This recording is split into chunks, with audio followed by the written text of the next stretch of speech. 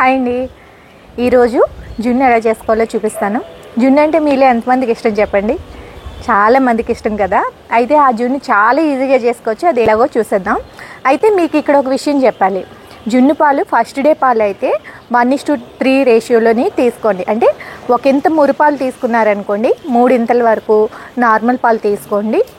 లేదు అంటే second day milk ఉంటాయి కదా, అంటే 1 నైట్ కంప్లీట్ అయిపోయిన పాలు ఉంటే కనుక 1:2 రేషియోలో తీసుకోండి. అంటే ఒక ఇంత మురిపాలు తీసుకుంటే 2 ఇంతల వరకు నార్మల్ మిల్క్ అనేవి 2 ఇంతలు తీసుకోండి. అదే మూడో రోజు అనుకోండి, ఒక ఇంతకి ఒక ఇంత 1:1 రేషియోలోని మురిపాలు గేదె పాలు తీసుకోండి. సరేనా? ఇప్పుడు జున్ను ఎలా చేసుకుందాం ప్రాసెస్ చూపించేస్తాను. అదే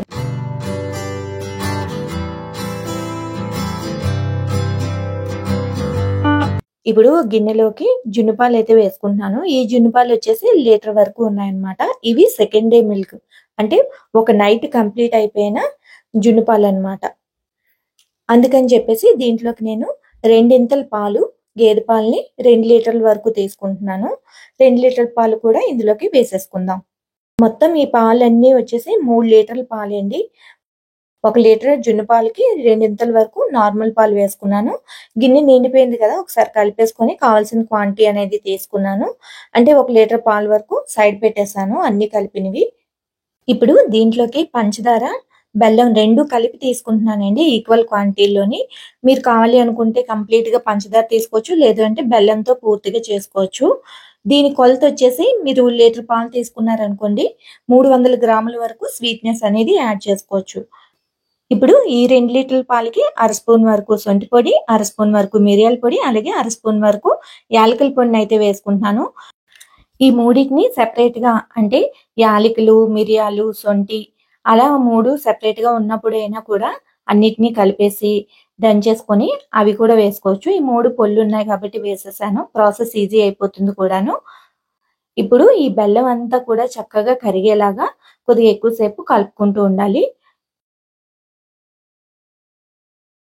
ఇప్పుడు స్టవ్ వెలిగించుకొని దానిపై కుక్కర్ పెట్టుకొని కొద్దిగా వాటర్ అయితే వేసుకోవాలి. మనం రైస్కి ఏ విధంగా వాటర్ వేసుకొని గిన్నె పెట్టుకుంటామో అలాగే దీంట్లో కూడా వాటర్ వేసి ఈ జున్ను పాల గిన్నెని పెట్టేసుకోవాలన్నమాట. ఇప్పుడు దీనిపై మూత పెట్టేసుకొని, కుక్కర్పై మూత పెట్టేసుకొని 4-5 విజిల్స్ వచ్చేంత వరకు హై ఫ్లేమ్లోని, మరొక విజిల్ వచ్చేంత వరకు లో ఫ్లేమ్లోని ఉంచితే జున్ను అనేది రెడీ అయిపోతుందండి. కుక్కర్ చల్లారిన తర్వాత చూపిస్తాను జున్ను అనేది ఎలా వచ్చిందో. అబ్బా, జున్ను భలే వచ్చింది కదా. ఈ జున్ను ఉడికిందా లేదా అని తెలుసుకోవడం కోసం ఏదైనా చాక్ని కానీ ఫోక్ని కానీ దీంట్లోకి డిప్ చేసి చూస్తే చివరి వరకు దించిన తర్వాత పాలు లాంటివి ఏదైనా అంటుకుందనుకోండి, ఉడకలేనట్టు అనమాట. జున్ను అయితే చక్కగా ఉడికిపోయింది. జున్నుపై వేడివేడిగా ఫామ్ అయిన నీళ్ళు టేస్ట్ చేయడం నాకు చాలా ఇష్టం అనమాట. ఇది కంప్లీట్గా చల్లారిన తర్వాత ఏదైనా ప్లేట్లోకి ఈ విధంగా బోర్లించామనుకోండి, చక్కగా జున్ను అనేది రిమూవ్ అయిపోతుంది అనమాట. ఇప్పుడు మీకు కట్ చేసి కూడా చూపిస్తాను ఎంత చక్కగా వచ్చింది అనేది.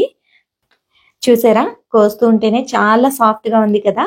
దీని ముందు ఎలాంటి పేస్ట్రీస్ అన్నా, ఐస్ క్రీమ్స్ అన్నా తక్కువనే చెప్పుకోవాలి, అంత బాగుంటుంది దీని టేస్ట్ అనేది. డెఫినెట్గా జున్ను కరెక్ట్గా చేసుకోవాలి అంటే ఈ విధంగా నేను చెప్పిన కొలతల్లో ట్రై చేసి చూడండి. యమ్మీ యమ్మీ టేస్టీ జున్నుని ఆస్వాదించండి. నచ్చిందా? అయితే తప్పకుండా మన ఛానల్ని సబ్స్క్రైబ్ చేసుకోండి. వీడియో నచ్చితే లైక్ చేయడం మర్చిపోకండి.